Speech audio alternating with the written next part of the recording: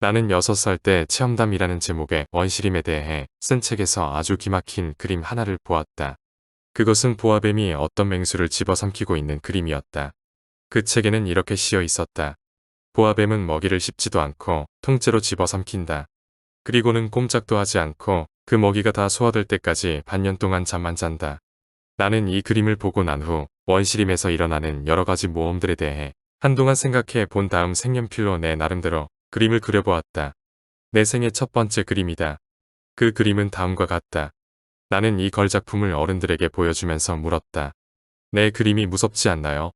그러자 어른들은 그런 내가 이상하다는 듯이 대답했다. 모자가 뭐가 무섭다는 거냐? 내 그림은 모자를 그린 것이 아니라 코끼리를 소화시키고 있는 보아뱀을 그린 것이다. 그래서 나는 어른들이 알아볼 수 있도록 보아뱀의 뱃속에 무엇이 있는지 그려주었다. 어른들은 그제야 내 그림을 이해했다. 어른들은 항상 설명을 해주어야 한다. 이것이 내가 두 번째로 그린 그림이다. 하지만 어른들은 내 그림을 보고 이렇게 충고했다. 속이 보였다 안 보였다 하는 보아뱀 그림 따위는 집어치우고 그것보다는 지리나 역사, 계산, 문법에 관심을 가지는 것이 좋겠구나. 그래서 나는 6살의 화가라는 멋진 직업을 포기해버렸다. 내 첫 번째와 두 번째 그림에 대한 실패 때문에 더 이상 그림을 계속 그릴 마음이 사라졌다. 어른들은 혼자서는 아무것도 이해하지 못한다. 늘 설명을 해주어야 하니 어린이들로서는 그 일이 여간 힘들고 맥 빠지는 일이 아닐 수 없다. 화가 되기를 포기한 나로서는 다른 직업을 선택할 수밖에 없었다. 그래서 비행기 조종하는 법을 배웠다. 세계 여기저기 안 가본 데가 없을 정도로 나는 많은 곳을 날아다녔다. 사실 지리 공부는 내게 많은 도움이 되었다. 나는 그냥 한번 보고도 중국인지 애리조나인지 단번에 구분할 수 있었다. 이런 지식은 밤의 길을 잃었을 때도 큰 쓸모가 있었다. 나는 이렇게 살아오는 동안 수없이 많은 성실한 사람들과 사귀게 되었다. 나는 오랫동안 어른들과 함께 지내면서 그들을 아주 가까이서 볼 수 있었다. 하지만 그것으로 어른에 대한 내 생각이 달라진 것은 아니었다. 좀 현명해 보이는 사람을 만나면 나는 늘 내가 가지고 다니던 내 첫 번째 그림을 보여주면서 그를 시험해 보았다. 나는 그 사람이 내 그림을 잘 이해하는지 알고 싶었던 것이다. 그러나 그들의 대답은 늘 한결같았다. 이건 모자로구나. 그럴 때면 나는 보아뱀이니 원시림이니 별이니 하는 이야기는 아예 꺼내지도 않았다. 그리고는 그들이 이해할 만한 이야기를 했다. 즉 카드놀이나 골프, 정치, 넥타이 등에 대한 이야기를 했다. 그러면 그들은 매우 똑똑한 사람을 새로 알게 되었다며 기뻐했다. 나는 그렇게 서로 마음을 터놓고 진실하게 이야기를 나눌 사람이 없이 혼자 쓸쓸하게 살아왔다. 그러다가 6년 전 사하라 사막 한가운데서 비행기 엔진이 고장나고 말았다. 거기에는 비행기 수리하는 사람도 승객도 없었다. 그래서 어려운 비행기 수리를 혼자 해야 했다. 그것은 나한테는 죽느냐 사느냐 하는 문제였다. 겨우 일주일 정도 마실 물밖에 남아있지 않았기 때문이다. 나는 사람들이 사는 곳에서 수천 킬로미터나 떨어진 사막의 모래 위에서 첫날 밤을 보내게 되었다. 넓은 바다 한가운데 떠있는 뗏목 위의 표류자보다 더 외로운 신세가 되었다. 그러다가 해 뜰 무렵에 이상한 작은 목소리가 나를 잠에서 깨웠을 때 내가 얼마나 놀랐는지 여러분도 충분히 상상이 갈 것이다. 그 작은 목소리는 이렇게 말했다. 양 한 마리만 그려줘. 뭐라고? 양 한 마리만 그려달라고. 나는 벼락이라도 맞은 것처럼 너무 놀라 벌떡 일어났다. 나는 눈을 비비며 주위를 자세히 둘러보았다. 그랬더니 정말 이상하게 생긴 조그만 사내아이가 나를 심각한 얼굴로 바라보고 있었다. 여기에 있는 이 그림은 훗날 내가 그를 그린 그림 가운데 가장 멋진 작품이지만 그의 실제 모습보다 훨씬 매력이 없다. 하지만 그건 내 잘못이 아니다. 나는 6살 때 어른들 때문에 화가로서의 꿈을 포기했고 속이 보였다 안 보였다 하는 보아뱀 그림밖에는 아무것도 그려본 적이 없기 때문이다. 아무튼 나는 눈을 크게 뜨고 느닷없이 나타난 그 아이를 바라보았다. 내가 사람들이 사는 곳으로부터 수천 킬로미터나 떨어진 사막에 있었다는 사실을 잊어서는 안 된다. 그런데 그 아이는 아무리 봐도 길을 잃은 것 같지 않았고 피곤하다거나 배가 고프거나 목이 마른 것 같지도 않았으며 두려움에 떨고 있는 것 같지도 않았다. 사람들이 사는 곳에서 수천 킬로미터나 떨어진 사막 한가운데서 길을 잃은 어린아이의 모습은 그 어디에서도 찾아볼 수 없었다. 나는 겨우 정신을 차리고 입을 열었다. 그런데 너 여기서 대체 뭐하고 있는 거니? 그러자 그 아이는 아주 중요한 일이기나 한 것처럼 가만히 같은 말을 되풀이했다. 부탁이야. 나한테 양 한 마리만 그려줘. 누구든지 너무도 신비스러운 일을 당하게 되면 거기에 순순히 따르는 법이다. 사람이 사는 곳에서 수천 킬로미터나 떨어진 곳에서 언제 죽을지도 모르는 상황에서 내가 양이나 그리고 있다는 것은 너무나 엉뚱한 일이라고 생각했지만 나는 주머니에서 종이 한 장과 만년필을 꺼냈다. 그런데 막상 그림을 그리려고 하자 내가 그동안 공부한 것이라고는 지리나 역사, 계산, 문법밖에 없다는 생각이 들어 그 아이에게 퉁명스럽게 말했다. 나는 그림을 그릴 줄 모른단다. 그러자 그 아이가 대답했다.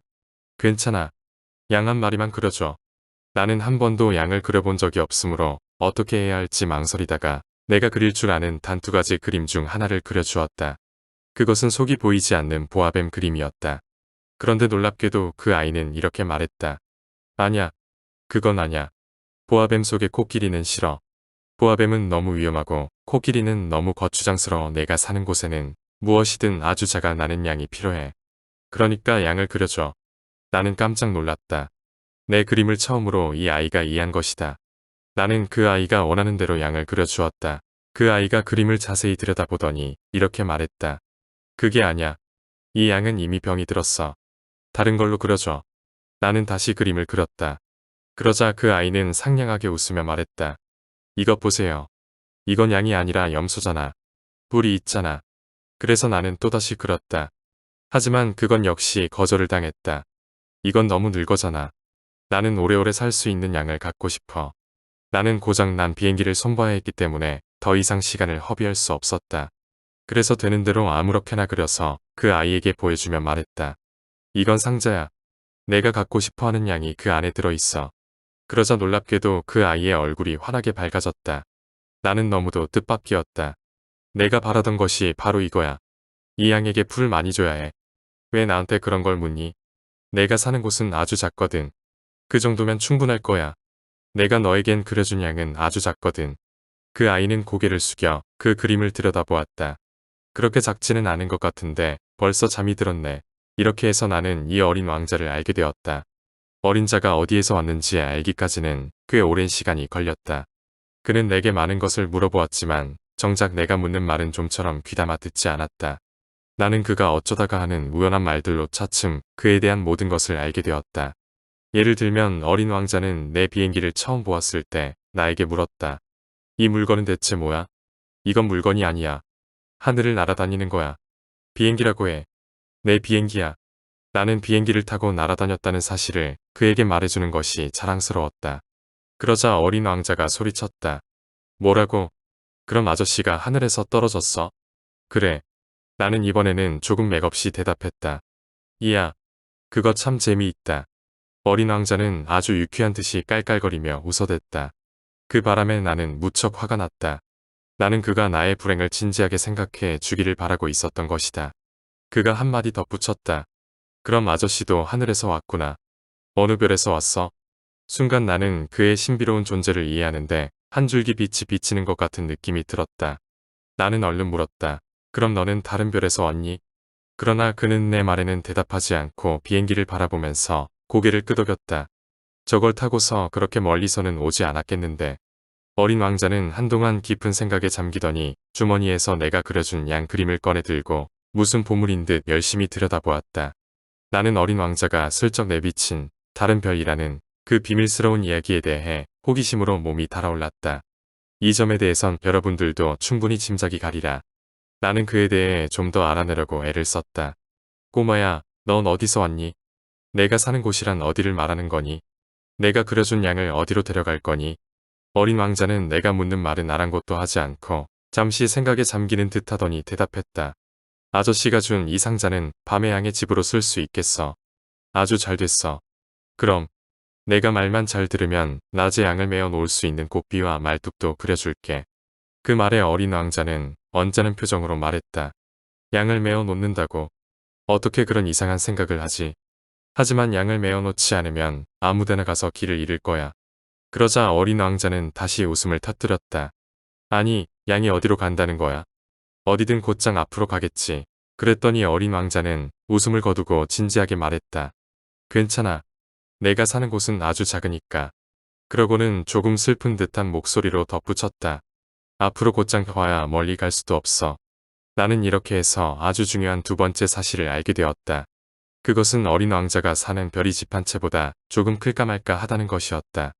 그렇다고 그것이 크게 놀랄 일은 아니었다. 지구나 목성, 화성, 금성처럼 사람들이 이름을 붙인 큰 별들 외에도 수없이 많은 별들이 있고 망원경으로도 볼 수 없는 아주 작은 별들 또한 많다는 것을 잘 알고 있었기 때문이다. 천문학자들은 그런 별을 발견하면 이름 대신 번호를 붙인다. 예를 들면 소옥성 3251호라는 식으로 부르는 것이다. 나는 어린 왕자가 살던 별이 소옥성 비육일이호이라고 생각했다. 거기에는 그만한 까닭이 있었다. 그 소옥성은 1909년 터키의 천문학자가 망원경으로 딱 한 번 잡은 적이 있었다. 그 천문학자는 당시 국제천문학회에서 자신이 발견한 별을 훌륭하게 증명해 보였다. 하지만 그는 낡은 터키 고유 의상을 입고 있었기 때문에 아무도 그 말을 믿지 않았다. 어른들이란 언제나 이런 식이다. 그 후로 터키의 한 독재자가 국민들에게 양복을 입으라고 명령했다. 이에 따르지 않으면 사형을 시키겠다고까지 했다. 그것은 소옥성 비육일이호의 이름을 다시 알리는 데는 참으로 다행한 일이었다. 그 천문학자는 1920년 아주 멋진 양복을 입고서 다시 그 별을 증명해 보였다. 그러자 이번에는 회의에 참석한 모든 사람들이 그의 말을 믿었다. 내가 소옥성 비육일이호에 대해 이렇게 자세히 이야기하고 별의 번호까지 가르쳐주는 것은 다 어른들 때문이다. 어른들은 숫자를 좋아한다. 어른들에게 새로 사귄 친구에 대해 이야기하면 그들은 가장 중요한 것에 대해서는 묻지 않는다. 그의 목소리는 어떠니? 어떤 놀이를 제일 좋아하니? 그 애는 나비 수집을 좋아하니? 이렇게 묻는 일은 결코 없다. 그 애는 몇 살이니? 형제는 몇 명이야? 몸무게는 얼마야? 그의 아버지는 돈을 얼마나 벌지? 질문들이 고작 이런 것들이다. 숫자를 통해서만 그 친구에 대해 안다고 생각하는 것이다. 창가에는 제라늄 화분이 있고 지붕에는 비둘기도 있어요. 분홍빛 벽돌로 지은 아주 예쁜 집이에요. 만약 어른들에게 이렇게 말을 하면 그들은 그 집이 어떤 집인지 상상도 못한다. 10만 프랑짜리 집을 봤어요. 어린 왕자 187. 그제야 어른들은 정말 멋진 집이로구나 하고 감탄하는 것이다.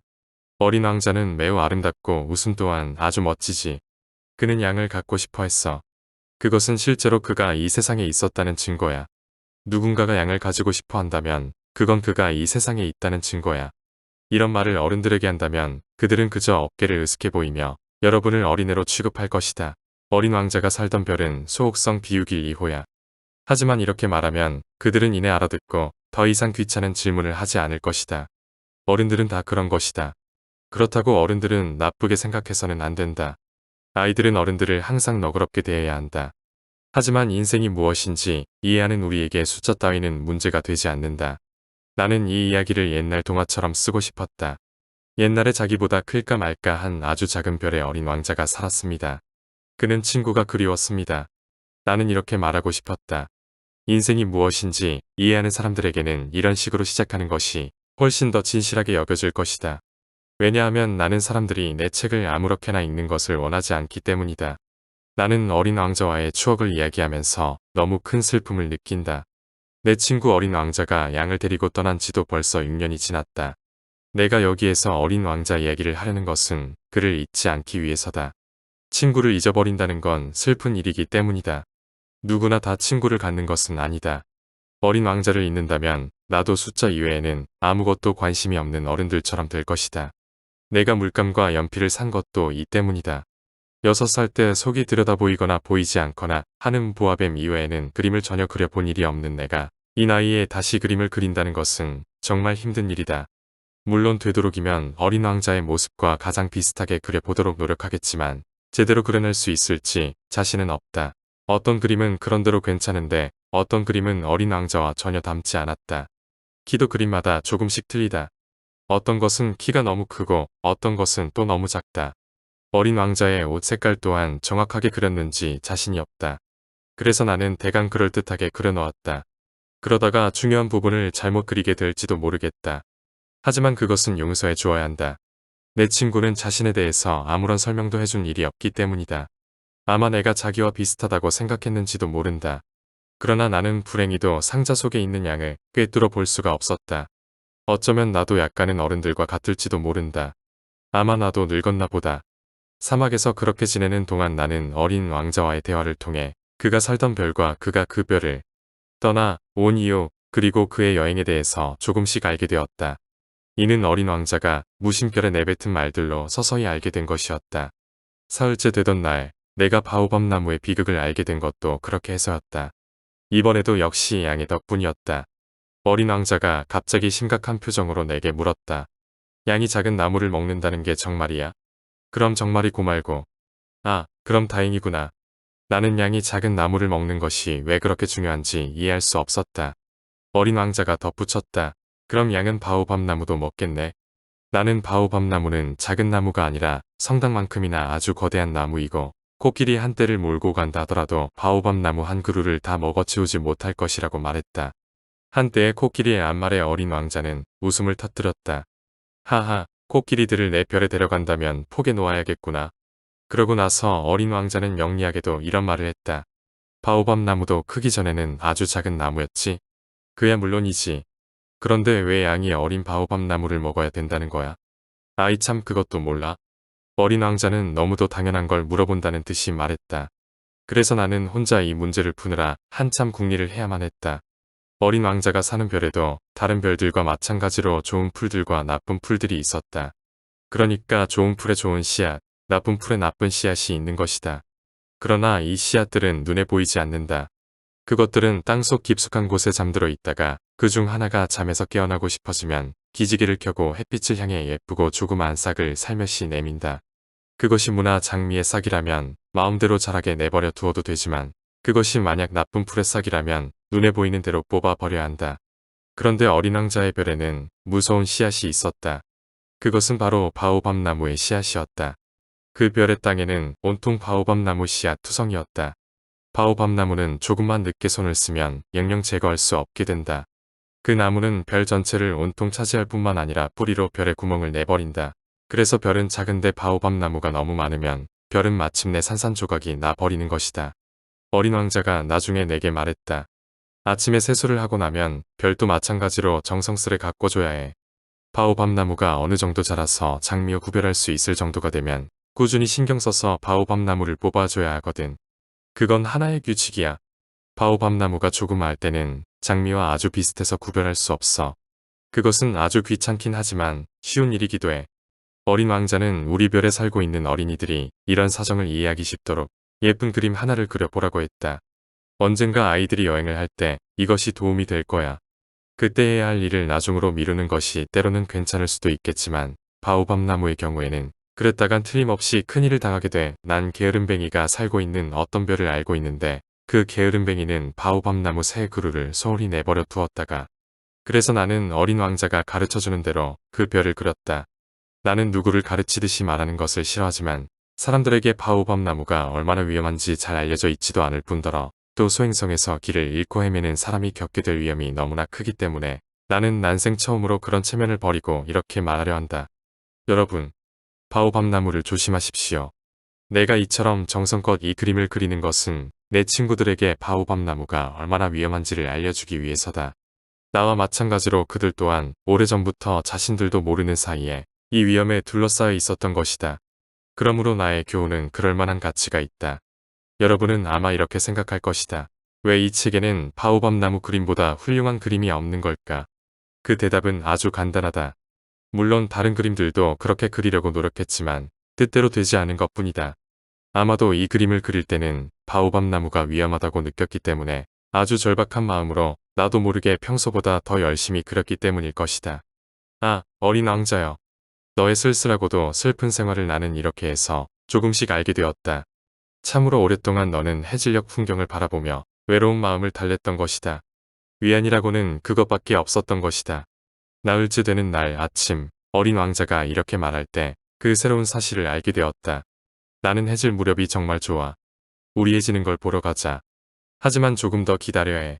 뭘 더 기다려? 해가 지기를 기다려야지. 어린 왕자는 처음에는 깜짝 놀라는 기색이었으나 곧 자기가 한 말이 우스운 듯 깔깔대며 웃었다. 그러고는 이렇게 말했다.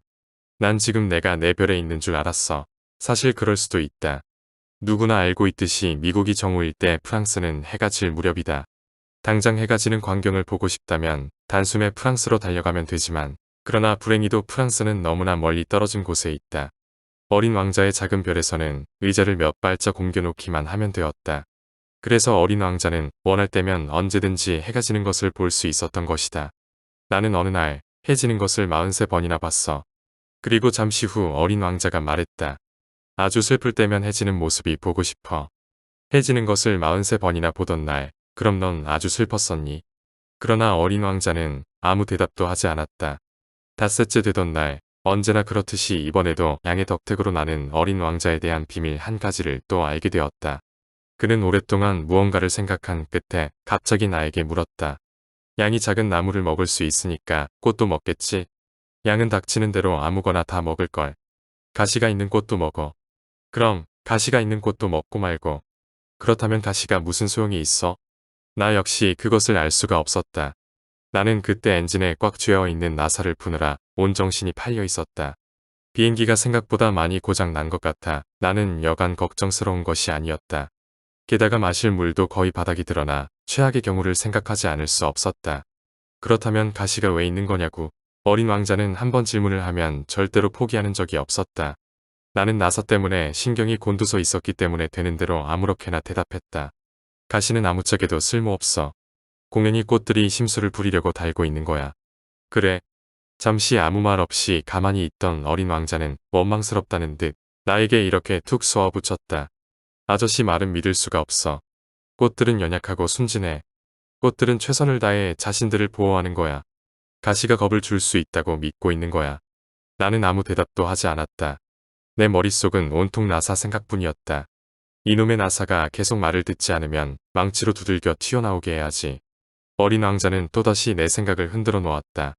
그럼 아저씨 생각엔 꽃들이 정말로. 그만해. 제발 그만. 아무래도 좋아. 난 그냥 아무렇게나 되는 대로 대답했을 뿐이야. 나는 지금 아주 중요한 일을 하고 있단 말이야. 어린 왕자는 어이가 없다는 듯이 나를 바라보았다. 중요한 일이라고. 어린 왕자는 온통 시커멓게 기름투성이가 된 손에 망치를 들고 그가 아주 흉측하게 여기는 물체 위에다 몸을 엎드리고 있는 나를 물끄러미 바라보았다. 아저씨도 어쩔 수 없이 어른들처럼 말하는구나. 그 말을 듣고 나는 좀 부끄러웠다.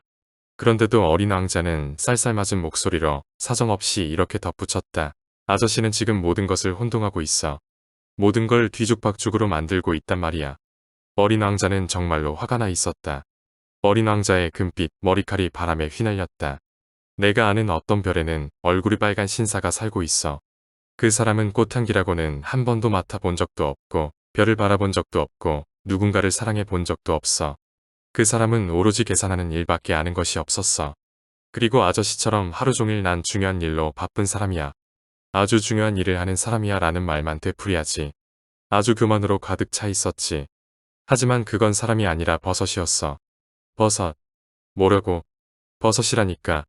어린 왕자는 화가 나서 얼굴까지 하얗게 변해 있었다.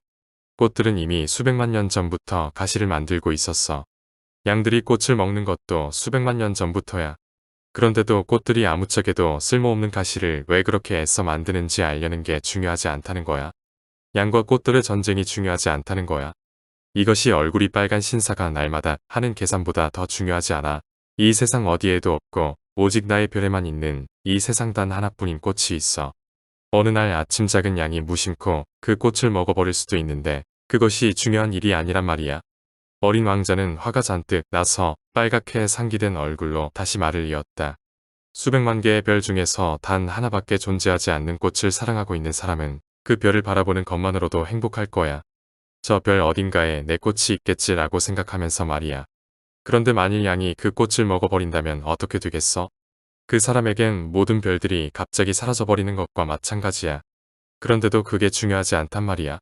어린 왕자는 더 이상 말을 잇지 못하고 흐느껴 울기 시작했다. 어느새 해가 지고 밤이 찾아왔다. 나는 비행기를 고치느라 들고 있던 연장을 놓아버렸다. 나에게는 이제 망치도 나사도 갈증과 죽음도 전혀 중요하지 않았다. 어떤 별 위에 내가 살고 있는 이 지구 위에 위로해 주어야 할 어린 왕자가 있었던 것이다. 나는 어린 왕자를 두 팔로 부드럽게 껴안고 가만히 흔들며 말했다. 내가 사랑하는 꽃은 이제 위험하지 않아. 그러니까 울지 마. 양이 꽃을 먹지 못하게 굴레를 그려줄게. 그리고 내 꽃 주위에 단단한 울타리도 그려줄게. 그리고 나는 더 이상 무슨 말을 해야 좋을지 알 수 없었다. 내가 너무 서투르다는 생각이 들었다. 내가 어떻게 해야 어린 왕자를 감동시키고 그의 마음을 사로잡을 수 있을지 알 수 없었다. 눈물의 나라는 정말 신비로운 것이다. 나는 얼마 되지 않아 그 꽃에 대해 더 자세히 알게 되었다. 어린 왕자의 별에는 전부터 꽃잎이 한 겹밖에 없는 아주 소박한 꽃들이 있었다. 그 꽃들은 자리를 많이 차지하지도 않았고 아무도 귀찮게 하지 않았다. 그 꽃들은 아침이면 풀 속에서 피어올랐다가 저녁이면 살며시 지곤 했다. 그러던 어느 날 그 꽃은 어디서 날아왔는지 모르는 씨앗에서 싹이 튼 것이다. 어린 왕자는 여느 싹들과는 다른 그 싹을 주의 깊게 살펴보았다. 어쩌면 그것은 새로운 종류의 바오밥 나무인지도 모르기 때문이다. 그러나 그 조그마한 나무는 이내 더 이상 자라지 않고 꽃봉오리를 맺었다. 탐스럽고 커다란 꽃봉오리가 맺히는 것을 지켜보고 있던 어린 왕자는 거기에서 곧 어떤 기적이 일어날 것만 같았다. 하지만 그 꽃은 초록빛 방에 숨어 더 아름다워지기 위하여 계속 준비하고 있었다. 꽃은 세심하게 빛깔을 고르고 천천히 옷을 입고 꽃잎 하나하나 정성을 들여 다듬고 있었다. 그 꽃은 계양귀비꽃처럼 아무렇게나 나타나기 싫었다. 자신의 아름다움이 가장 눈부시게 빛날 때 나타나고 싶었던 것이다. 정말 멋을 많이 내는 꽃이었다. 그 신비로운 몸단장은 며칠이고 계속되었다. 그러던 어느 날 아침, 해가 막 떠오르는 시간에 꽃은 마침내 모습을 드러냈다. 그렇듯 정성 들여 치장한 그 꽃은 하품을 하면서 말했다. 방금 잠에서 깼어요. 미안해요. 내 꽃잎이 온통 헝클어져 있네요. 어린 왕자는 그 꽃을 보고 감탄하지 않을 수 없었다. 당신은 정말 아름답군요. 그렇죠. 난 햇님과 같은 시간에 태어났답니다. 꽃이 상냥하게 대답했다. 어린 왕자는 그 꽃이 그리 겸손하지 못하다는 것을 알아챘다. 하지만 그 꽃은 너무도 아름다웠다. 아침 식사할 시간이군요. 제 생각을 좀 해주시겠어요? 그때 꽃이 말했다. 잠시 어리둥절해진 어린 왕자는 곧 신선한 물이 담긴 물뿌리개를 가지고 그 꽃에게 물을 주었다. 이렇게 그 꽃은 태어나자마자 까다로운 허영심으로 어린 왕자를 괴롭히기 시작했다. 어느 날 꽃은 자기가 가지고 있는 네 개의 가시에 대해 어린 왕자에게 이렇게 말하기도 했다. 날카로운 발톱을 가진 호랑이가 와도 난 끄떡없어요. 내 별엔 호랑이가 없어요. 그리고 호랑이는 풀을 먹지 않아요. 어린 왕자가 설명했다. 난 풀이 아니에요. 꽃은 상냥하게 대답했다. 미안해요. 저는 호랑이 따위는 하나도 무섭지 않지만 바람은 아주 질색이랍니다. 바람하기를 해주시지 않겠어요? 어린 왕자는 생각했다. 바람이 질색이라니. 식물로서는 정말 안 된 일이군. 더구나 이 꽃은 아주 까다로운 걸. 저녁에는 덮개를 씌워주세요. 당신이 살고 있는 이 별은 정말 춥군요. 내가 살던 곳은. 그러나 꽃은 말을 계속하지 못했다. 사실 그 꽃은 어린 왕자의 별의 씨앗으로 왔기 때문에 다른 세상에 대해서는 아는 것이 있을 리 없었다. 이렇게 속이 들여다보이는 거짓말을 하려다가 들킨 것이 부끄러워진 꽃은 괜히 두세 번 헛기침을 했다. 바람막이는 어떻게 됐어요? 그것을 찾으러 가려는데 당신이 계속 말을 걸었잖아요. 그러자 꽃은 억지로 기침을 해댔다. 어린 왕자는 미안한 마음이 들기도 했다. 그리하여 어린 왕자는 꽃을 좋아하는 마음이 생겼음에도 불구하고 시간이 지나면서 꽃을 믿지 못하게 되었다. 꽃이 아무렇게나 내뱉는 말들을 심각하게 받아들이 어린 왕자는 몹시 불행해졌다. 어느 날 어린 왕자는 내게 속마음을 털어놓았다. 그 꽃이 하는 말을 귀담아 듣지 말아야 했어. 꽃이 하는 말은 절대로 들어선 안 돼. 그냥 바라보고 향기만 맡으면 그만인데 내 꽃은 내 별을 온통 향기롭게 해주었지만 나는 그것을 즐길 줄 몰랐어. 꽃이 가시 이야기를 했을 때 기분 나쁘게 생각하지 말고 가엽게 여겼어야 하는 건데. 어린 왕자는 계속해서 말을 이어갔다. 나는 그때 아무것도 이해하지 못했던 거야. 그 꽃이 하는 말이 아니라 행동을 보고 판단해야 했어. 그 꽃은 나에게 향기를 주었고 내 마음을 밝게 해주었는데 그렇게 도망치는 게 아니었어. 그 애처로운 투정 뒤에는 따뜻한 사랑이 숨어 있다는 걸 눈치챘어야 하는 건데 꽃들이란 정말 모순 덩어리야. 하지만 그때 나는 너무 어려서 그 꽃을 사랑할 줄 몰랐던 거야. 나는 어린 왕자가 철새들의 이동을 이용해서 그의 별을 떠나왔으리라 생각했다. 떠나던 날 아침 어린 왕자는 자기 별을 깨끗이 청소했다. 그 별에는 불을 뿜어대는 두 개의 화산이 있는데 그는 그 화산들도 정성스럽게 청소했다. 이 화산들 덕분에 어린 왕자는 항상 따뜻한 아침을 먹을 수 있었다. 아침 식사를 준비할 때 물을 끓이거나 음식을 데우는데 아주 편리했다. 하지만 그 별에는 잠자는 화산도 하나 있었다. 어린 왕자의 말처럼 언제 어떻게 될지는 알 수 없는 노릇이었다. 그래서 어린 왕자는 불이 꺼진 화산도 청소했다. 화산들은 청소만 잘해주면 규칙적으로 조용히 연기를 뿜어낼 뿐이다. 화산의 폭발은 마치 벽난로의 불길과 같다. 물론 지구에서는 사람이 화산에 비해 너무 작아서 화산을 청소할 수 없다. 그래서 사람들이 화산 때문에 많은 곤란을 겪고 있는 것이다. 어린 왕자는 조금은 서글픈 심정으로 바오밥 나무의 마지막 싹들도 뽑아버렸다. 그는 다시는 돌아오지 못할 것이라고 생각했던 것이다. 그래서 그런지 늘 하던 일들이 그날 아침에는 유난히도 정겹게 느껴졌다. 어린 왕자가 마지막으로 꽃에 물을 주고 바람막이를 씌워주려고 했을 때는 울음이 곧 터질 것만 같았다. 잘 있어. 어린 왕자는 꽃에게 작별 인사를 했다. 그러나 꽃은 아무 대답도 하지 않았다. 잘 있어. 어린 왕자는 다시 작별 인사를 했다. 꽃은 대답 대신 기침을 했다. 하지만 그것은 감기 때문이 아니었다. 내가 어리석었어요. 용서해줘요. 그리고 부디 행복하세요. 꽃은 마침내 입을 열었다. 어린 왕자는 꽃이 자기를 원망하지 않는 사실에 놀랐다. 그는 바람막이를 손에 든 채 어쩔 줄 몰라 하며 멍하니 서 있었다. 그는 꽃이 이렇듯 다정스럽게 말을 하는 것을 이해할 수 없었다. 사실 난 당신을 정말 사랑했어요. 당신은 그런 내 마음을 전혀 몰랐지요. 하긴 내 잘못이기도 하지만 이젠 그런 건 아무래도 상관없어요. 하지만 당신도 나처럼 어리석었어요. 부디 행복하세요. 그 바람막이는 그냥 내버려둬요. 이제 필요 없어요. 그렇지만 바람이 불면 난 사실 감기에 걸린 게 아니에요. 시원한 밤바람이 오히려 내게 좋을 거예요. 난 꽃이니까요. 그래도 혹시 벌레들이 나비와 친해지려면 두세 마리의 벌레쯤은 참고 견뎌야 돼요. 나비는 정말 아름답지요. 나비가 아니면 누가 날 찾아주겠어요. 당신은 저 멀리 갈 버릴 테고 큰 짐승들도 조금도 겁낼 거 없어요. 나에겐 가시가 있으니까요. 그리고는 꽃은 천진스럽게 가시 4개를 보여주었다. 그렇게 주저할 것 없어요. 떠나려고 마음먹었으면 빨리 가버려요. 꽃은 어린 왕자에게 우는 모습을 보여주고 싶지 않아서 그렇게 말한 것이었다. 꽃은 그만큼 자존심이 강했다. 어린 왕자의 별은 소옥성 325호, 326호, 327호, 328호, 329호, 330호와 가까이 있었다. 그래서 어린 왕자는 일거리도 찾아보고 지식도 넓힐 겸 그 별들을 방문하기로 했다. 첫 번째 별에는 왕이 살고 있었다. 그 왕은 붉은 옷에 하얀 담비 모피로 된 옷을 입고 매우 검소하면서도 위엄 있는 왕좌에 앉아 있었다. 아, 신하가 한 명 왔구나. 어린 왕자를 보자 왕은 큰 소리로 외쳤다. 그러자 어린 왕자는 이상한 생각이 들었다. 나를 한 번도 본 적이 없는데 어떻게 나를 알아볼까? 왕들에게는 세상이 아주 단순하다는 걸 어린 왕자는 몰랐다. 왕에겐 모든 사람이 다 신하인 것이다. 그대를 좀 더 자세히 볼 수 있도록 가까이 오너라. 왕은 마침내 누군가에게 왕 노릇을 하게 된 것이 몹시 자랑스러운 듯 말했다.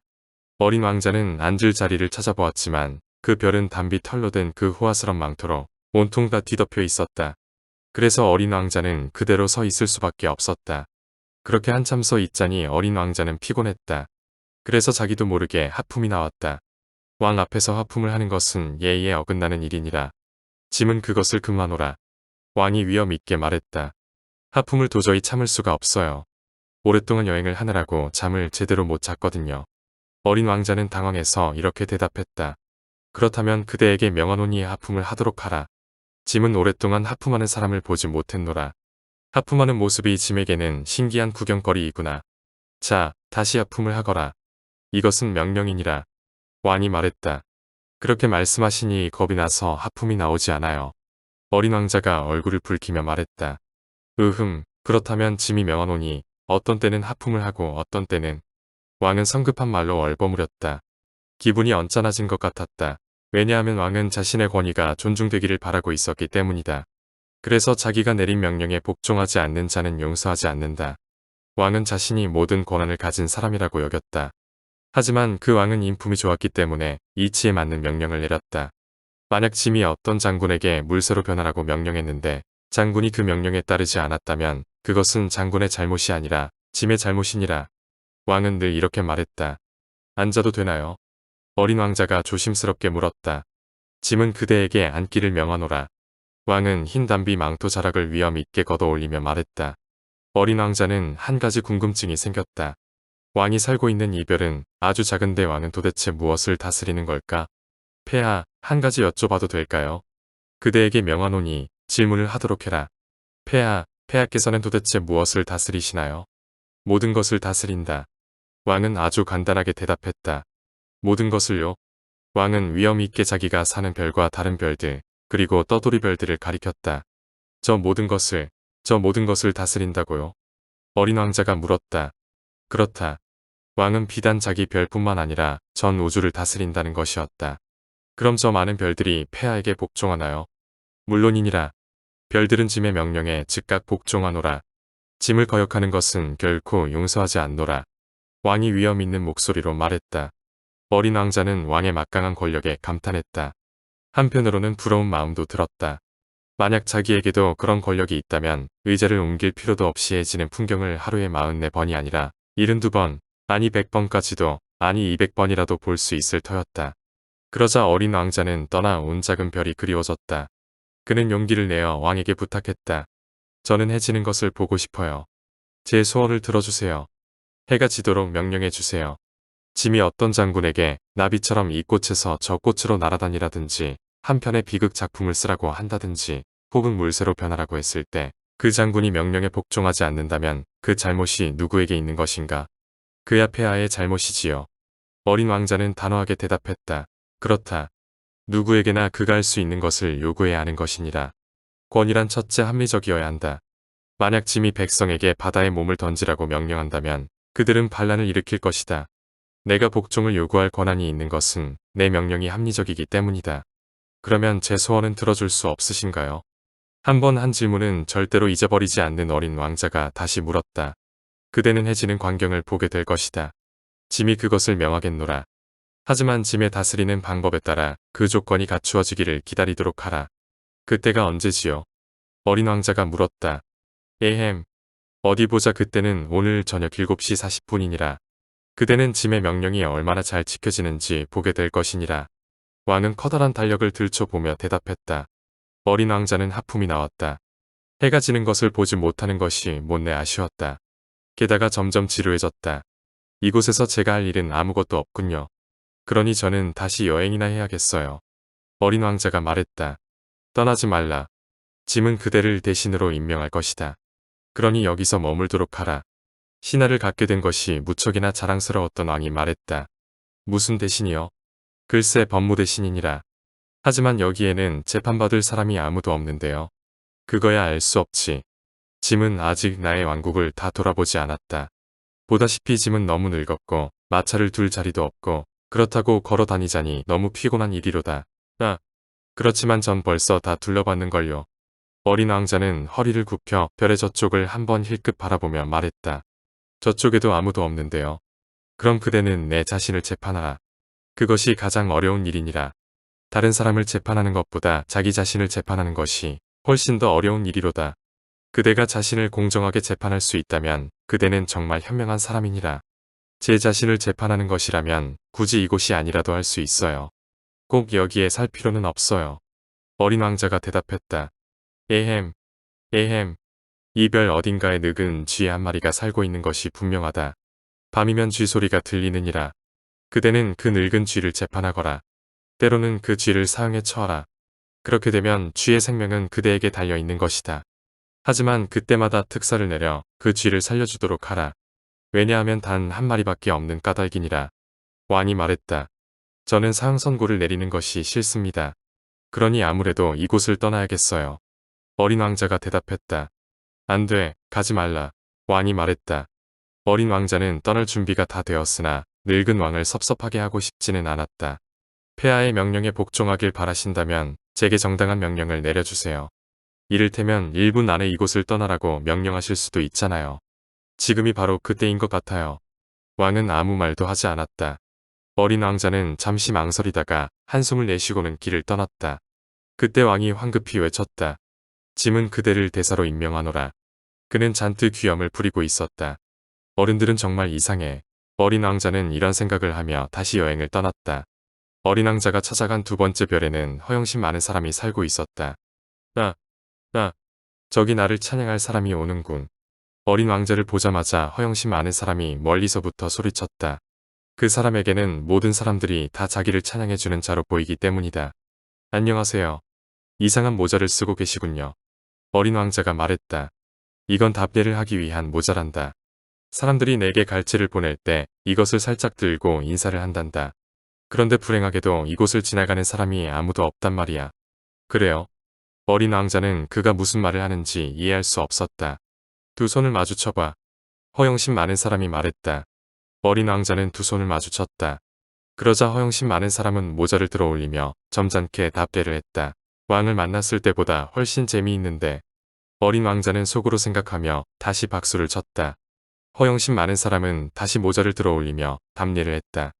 5분 동안이나 손뼉을 친 어린 왕자는 그 놀이가 따분해졌다. 어떻게 하면 모자가 떨어지나요?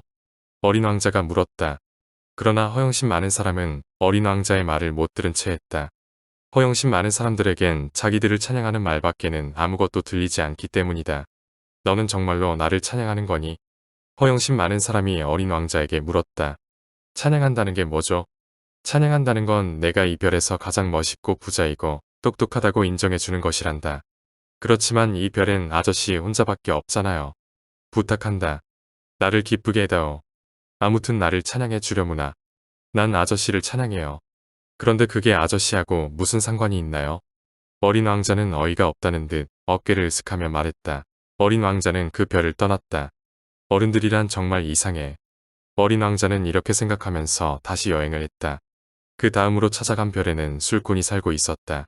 어린 왕자는 그 별에서는 잠깐 동안 머물러 있었지만 마음이 몹시 우울해졌다.